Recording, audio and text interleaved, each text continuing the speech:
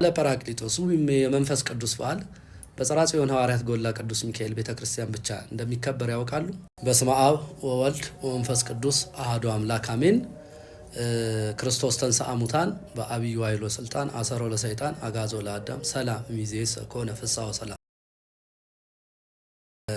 ጰራቅሊጦስ ማለት ትርጓሜውን ስንመለከት ከመንፈስ ቅዱስ ስሞች መካከል አንዱ ስም ነው። አካላዊ መሆኑን የምንረዳበት ስም ነው። ጰራቅሊጦስ ማለት አጽናኝ፣ ረዳት፣ አጋዥ፣ መሪ የሚለውን ትርጉም ይይዛል።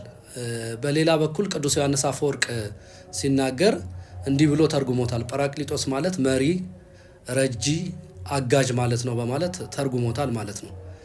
በሌላ በኩል መጽሐፈ ምስጢር በተባለው አባ ጊዮርጊስ በጻፈው መጽሐፍ ላይ ደግሞ ጰራቅሊጦስ ማለት የቅድስና መገኛ ማለት ነው በማለት ተርጉሞታልና ከመንፈስ ቅዱስ በርካታ ስሞች መካከል አንዱ የሆነው ጰራቅሊጦስ ብለን የምንጠራው የመንፈስ ቅዱስ ስም ነው። አካላዊ መሆኑን የምንገልጽበት ስም ነው ማለታችን ነው።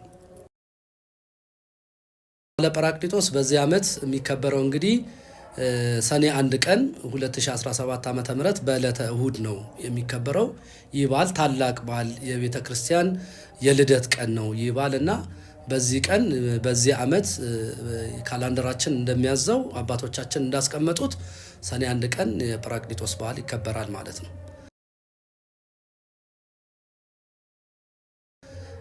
እንግዲህ በስተመጨረሻ ማለት የምፈልገው መልእክት ምንድነው? ይሄ ባለ ጰራቅሊጦስ በመጀመሪያ በኢትዮጵያ ኦርቶዶክስ ተዋሕዶ ቤተክርስቲያን በአዲስ አበባ ደረጃ የመጀመሪያው የጰራቅሊጦስ በዓል የሚከበረው በዚህ በጽርሐ ጽዮን ሐዋርያት ጎላ ቅዱስ ሚካኤል ነው። ጽርሐ ጽዮን ሐዋርያት ጎላ ቅዱስ ሚካኤል የብዙ ጉባኤዎች መነሻ፣ የብዙ መርሃ ግብሮች መነሻ፣ የብዙ ሰንበት ትምህርት ቤት ወይ ብዙ አብያተ ክርስቲያናት መነሻ መርሃ ግብሮችን በመስራት የሚታወቅ ቤተክርስቲያን ነው የጽርሐ ጽዮን ሐዋርያት ጎላ ቅዱስ ሚካኤል። በዚህ ቤተክርስቲያን የቅዱስ ማቴዎስ የሐዋርያው የቅዱስ ማቴዎስ ጽላትም ይገኛል። ስለዚህ የጰራቅሊጦስን በዓል በአዲስ አበባ በመጀመሪያ ጊዜ የተከበረበት ቦታ መጥተው እንዲያከብሩ በቤተክርስቲያናችን ስም ጥሪያችንን እናስተላልፋለን።